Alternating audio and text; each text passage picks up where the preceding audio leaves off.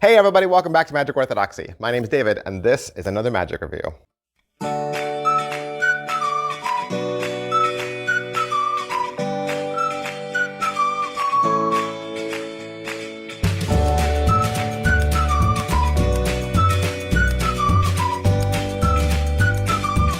Hey, welcome back. Thanks for being here. I got a great week for you this week because if you haven't heard, we are going through every single one of the new Tenyo 2020 line magic tricks. Did I do that right? I think so. Going through every one of the tricks that just got released from Tenyo. They have a new 2020 line, and if you're not familiar with Tenyo or what they do this kind of every year. They have a line, a small group, right, like a handful of magic tricks that they release for the upcoming year, and they always release them around the holidays, which is right now. And so there's a lot of buzz about these tricks, and so I got them all, and I wanted to just review them one at a time. So this week, that is what we're doing. Just to give you a little bit more history, Tenyo is a toy manufacturer. They're based out in Tokyo, Japan.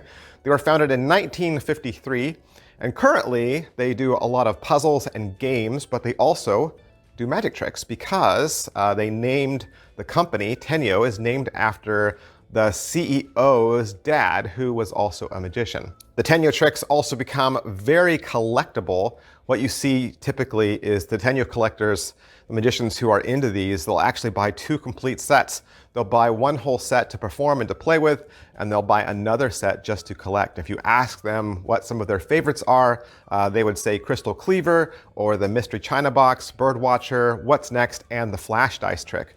Every single one of these tricks comes in a peg-hooked style box with a molded plastic liner. You get a full color Tenyo Magic catalog and typed up Japanese instructions. Today we're going to look at the Ultra Gravity Box from Spanish magician Mego Anaki. And to do this review, I'm actually going to do something just a little bit different. I'm going to show you the example trailer, and then I'm going to do a voiceover on top of it so that I can describe what you are watching and how the trick goes. In the Mystery Gravity Box, you get this beautiful clear acrylic case, and you can use your own deck of cards, so it'll work with any poker-sized deck. And you just place it all together down on your smooth table, and then you wrap a red rope of mystery around it, kind of creating a field or a magical space or a force field. And you ask the spectator just to lift the box straight up and put it in your hand, but when they try, they will not be able to. You, as the magician, are able to lift the box yourself. You can have them touch the bottom and say, look, there's nothing sticky here, there's no glue here. And there really isn't. There's no sticky adhesive or anything like that. And you say, well, you know what? Maybe it's the deck that's throwing you off. Maybe it's too heavy. So let's try again with a single card. The spectator tries to lift it, they can't. And again, you are able to just pick it up easily, show that there's nothing sticky there, and it's a beautiful, really cool trick. All right, so my reviews always follow the same exact format. I always ask the same exact questions so that you get an honest and factual review every single time. First question is, what do you get? What's inside the box? The box just has the crystal case that you see in the video, right? You get the little red string, and you get a special gimmick that enables you to do the deal, right? And then you also get a second crystal slash plastic see-through mystery square that you can use with the gravity box if you want to, if you don't have the right setting or if you don't have the right table. Is it what I thought? I really didn't know what to think with this because the light heavy box, that's what this is. It's a light heavy box. This is a classic trick where the magician places a box on the stage and then nobody's able to lift it except the magician. And that kind of trick has a lot of different ways to do it. Most of them stage, right? Most of them stage. So then ask, well, how do you do it close up? And how do you do it with a clear box where you can clearly see through it? So yeah, I had one idea and I was right on the science, right? The science behind it was right, but I had no idea about the method, and it was very, very interesting application. How are the angles on this? There's only one thing on this entire contraption that stands out, and it stands out only a little bit. it'd be very easy to miss. And so I wouldn't even worry about it. I almost feel bad calling attention to it right here because it would be almost impossible for your spectators to see it. That said, the box can't be examined. In the video, he turns it upside down and says you can touch the bottom. Of course they can do that, but if I were to hand it to you and then you could spin it all the way around, I think you would ask, what is this? All right, so how are the instructions? I did mention that this comes with a folded up Japanese instructions. The instructions are great, but I can't read Japanese. So there's a link on there as well, takes you out to the internet and gives you access to a 3-sided front and back PDF. And the PDFs are really well written. My advice is read them all the way through. Once you figure out even how it's done, like you figure out the trick and you're like, oh, I could do it. Read it all the way through, because in a lot of these instructions, they are giving you some tips and some pointers and some visual clues that you can look for. They are throwing those little tips in, and those are important too, because these Tenyo tricks have been worked on for the entire year. They've been put through the ringer down at Tenyo to make sure that they've covered everything. So if they've discovered something, they're going to add that in the instructions. So make sure you read everything, not just the secret. As far as what they're going to teach you, of course, they're going to teach you how to do the trick on a smooth, flat surface like a table. And they'll teach you how to do it a second way using the clear acrylic base that they give you if you don't have a nice, clean, flat table. Are the objects well made? I haven't seen anything from Tenyo that isn't. These always look really great. They're really nice and well-made props. The only other thing I would say about the props is they rarely look like real-world items. The Tenyo tricks tend to look like magic tricks that you would buy. I've compared them with like the Adams tricks as well, because that's how I feel about Adams tricks as also.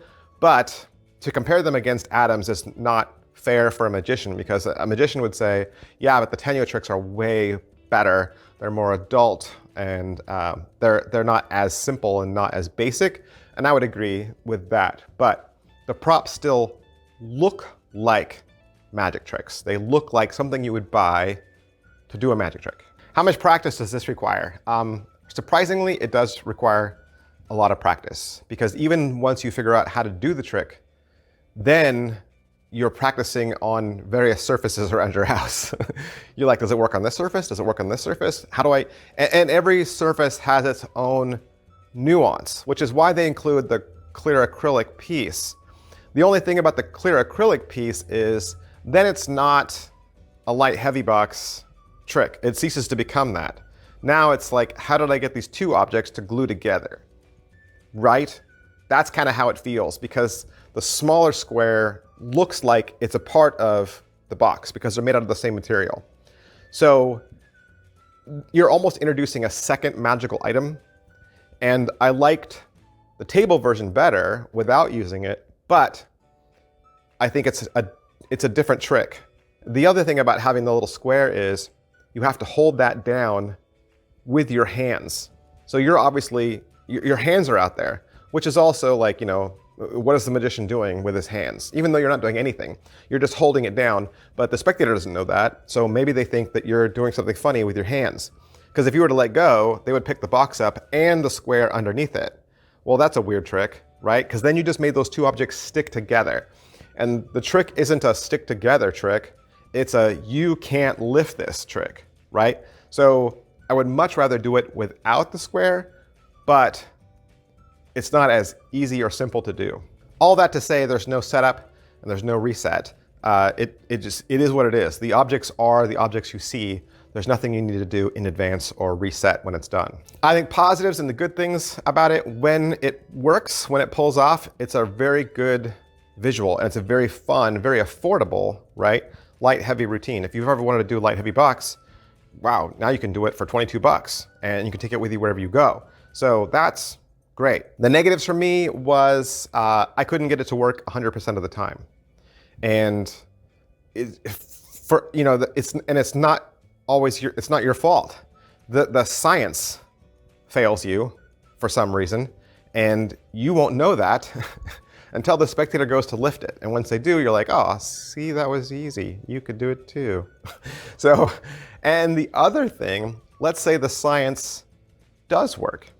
Science does work. Part of this magic trick feels like a trick. And spectators don't always like that when you play a trick on them. And that's one of the reasons why some people don't like magic tricks, because it feels like, haha, I can do something and you can't, right? So this trick is kind of that. Like, I can lift this up, can you? Nope, oh, you can't.